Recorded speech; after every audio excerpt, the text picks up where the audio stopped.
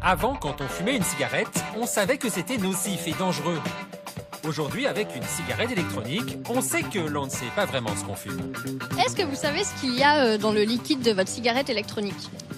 Pas du tout, non.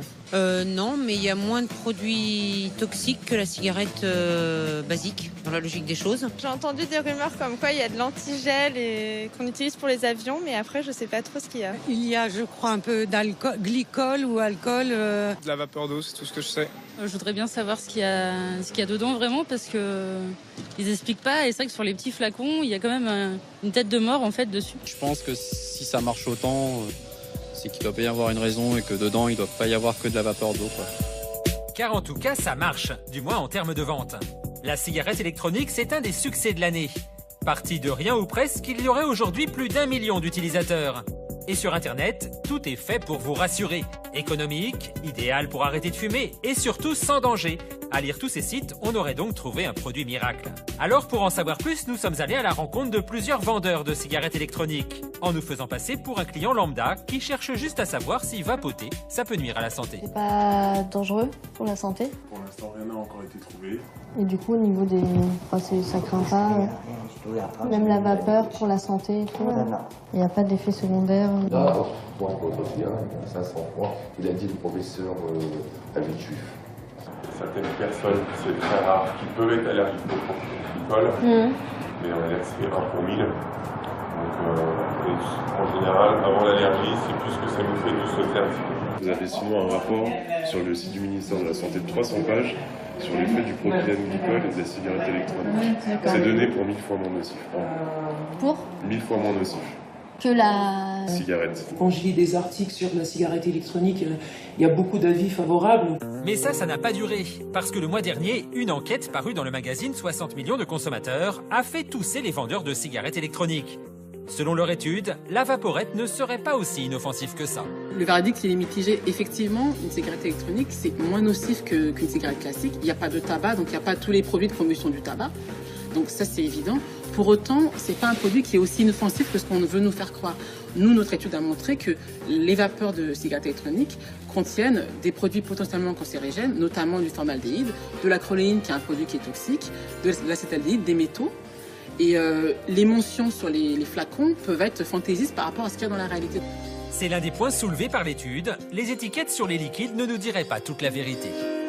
Les flacons annoncent l'absence de propylène-glycol et nous on en a trouvé. Parfois ils ne disent rien et on en a trouvé en assez grande quantité. Parfois il peut y avoir 80% de propylène-glycol dans le flacon alors que l'emballage, l'étiquetage n'annonce rien. Donc à minima, les cigarettes électroniques doivent être encadrées de manière plus stricte et doivent bénéficier d'un statut plus clair. Après ce sera aux autorités de décider quel statut, parce que c'est aussi un problème, la cigarette électronique elle n'a pas de statut clair. Aujourd'hui ce ne sont pas des produits du tabac parce qu'il n'y a pas de tabac, ce ne sont pas des produits de sevrage tabagique alors que beaucoup de fumeurs les utilisent en tant que tels parce qu'ils ne sont pas encadrés pour ça, ce ne sont pas des médicaments comme les patchs, etc. Donc il y a une espèce de flou qui permet de commercialiser des produits avec des mentions fantaisistes et des produits qui émettent quand même des substances potentiellement cancérigènes, c'est le cas du formaldéhyde. Des substances potentiellement nocives dans la vapeur, on ne nous en avait pas parlé lors de notre tour des boutiques d'e-cigarettes.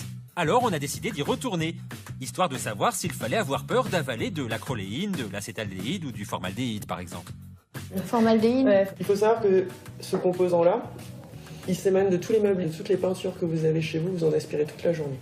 Ouais, et du coup ça suffit. Il y a plein de choses comme ça où ils vous ont fait peur parce que c'est des noms effectivement qu'on ne connaît pas. C'est comme le propylène-glycol, c'est un produit qui est utilisé même dans la nourriture, dans les steaks, dans tout ce qui est comme ça, on le mange. Dans les steaks. Et oui, parce que c'est en fait c'est un, comment t'appelles ça, un stabilisant de matière grasse. Dans énormément, par exemple, ce que dans vous le avez savon, dans le shampoing. Et même les organes en mais bon, ça je ne mange pas donc à la limite. Donc c'est pas dangereux pour ma santé si j'en fume. Du tout.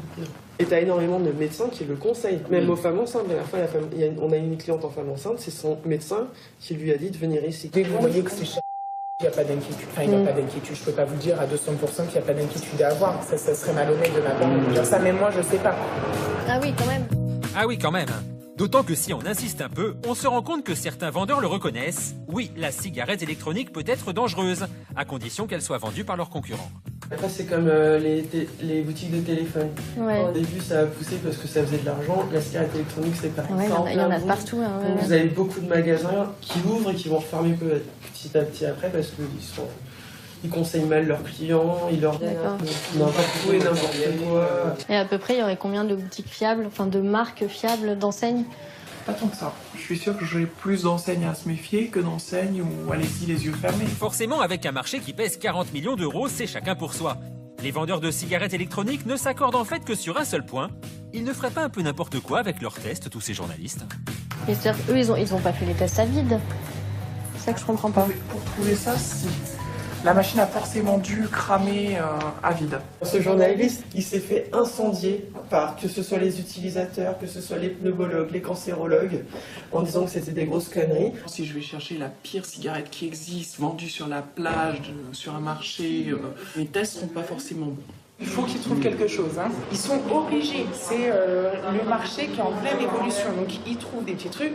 Si vraiment il y avait tous ces agents chimiques, etc., on n'aurait pas pu le mettre. Vous pensez qu'ils l'ont inventé? Ah oui.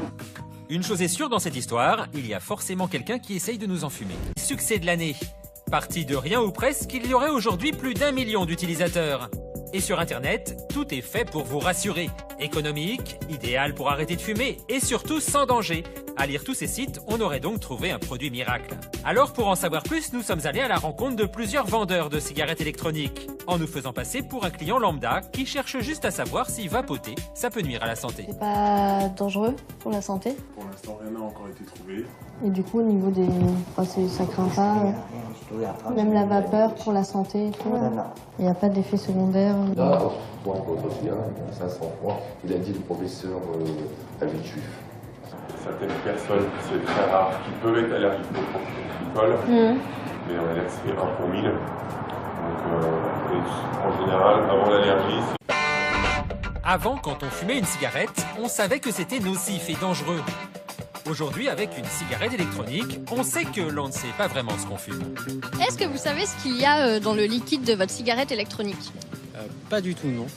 Non, mais il y a moins de produits toxiques que la cigarette basique, dans la logique des choses. J'ai entendu des rumeurs comme quoi il y a de l'antigel et qu'on utilise pour les avions, mais après je sais pas trop ce qu'il y a. Il y a, je crois, un peu d'alcool, glycol ou alcool. De la vapeur d'eau, c'est tout ce que je sais. Je voudrais bien savoir ce qu'il y a dedans vraiment, parce que ils expliquent pas. Et c'est vrai que sur les petits flacons, il y a quand même une tête de mort en fait dessus. Je pense que si ça marche autant, c'est qu'il doit bien y avoir une raison et que dedans, il ne doit pas y avoir que de la vapeur d'eau, quoi. Car en tout cas, ça marche, du moins en termes de vente. La cigarette électronique, c'est un des fantaisistes et qui est des produits qui émettent quand même des substances potentiellement cancérigènes. C'est le cas du formaldéhyde. Des substances potentiellement nocives dans la vapeur, on ne nous en avait pas parlé lors de notre tour des boutiques d'e-cigarettes. Alors on a décidé d'y retourner, histoire de savoir s'il fallait avoir peur d'avaler de l'acroléine, de l'acétaldéhyde ou du formaldéhyde par exemple. Le formaldéhyde? Ouais. Il faut savoir que ce composant-là, il s'émane de tous les meubles et de toutes les peintures que vous avez chez vous, vous en aspirez toute la journée. Ouais, et il y a du plein, coup, ça suffit.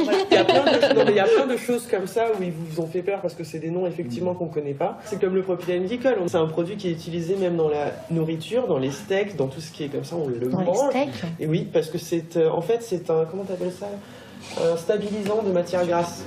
Dans énormément, par exemple ce que vous avez dans le shampoing. Et même les... puisque ça nous fait du sauter un petit peu. Vous avez sinon un rapport sur le site du ministère de la Santé de 300 pages sur l'effet du propylène glycol et de la cigarette électronique. C'est donné pour 1000 fois moins nocif. Pour 1000 fois moins nocif. que la Cigarette. Quand je lis des articles sur la cigarette électronique, il y a beaucoup d'avis favorables. Mais ça n'a pas duré, parce que le mois dernier, une enquête parue dans le magazine 60 millions de consommateurs a fait tousser les vendeurs de cigarettes électroniques. Selon leur étude, la vaporette ne serait pas aussi inoffensive que ça. Le verdict, il est mitigé. Effectivement, une cigarette électronique, c'est moins nocif qu'une cigarette classique. Il n'y a pas de tabac, donc il n'y a pas tous les produits de combustion du tabac. Donc ça, c'est évident. Pour autant, c'est pas un produit qui est aussi inoffensif que ce qu'on veut nous faire croire.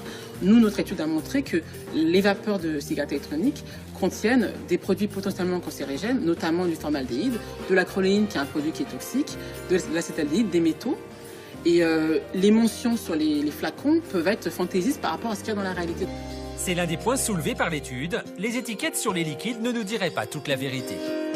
Les flacons annoncent l'absence de propylène glycol et nous on en a trouvé. Parfois ils ne disent rien et on en a trouvé en assez grande quantité. Parfois il peut y avoir 80% de propylène glycol dans le flacon alors que l'emballage, l'étiquetage n'annonce rien. Donc à minima, les cigarettes électroniques doivent être encadrés de manière plus stricte et doivent bénéficier d'un statut plus clair. Après, ce sera aux autorités de décider quel statut, parce que c'est aussi un problème, la cigarette électronique, elle n'a pas de statut clair. Aujourd'hui, ce ne sont pas des produits du tabac, parce qu'il n'y a pas de tabac, ce ne sont pas des produits de sevrage tabagique, alors que beaucoup de fumeurs les utilisent en tant que tels, parce qu'ils ne sont pas encadrés pour ça, ce ne sont pas des médicaments comme les patchs, etc. Donc il y a une espèce de flou qui permet de commercialiser des produits avec des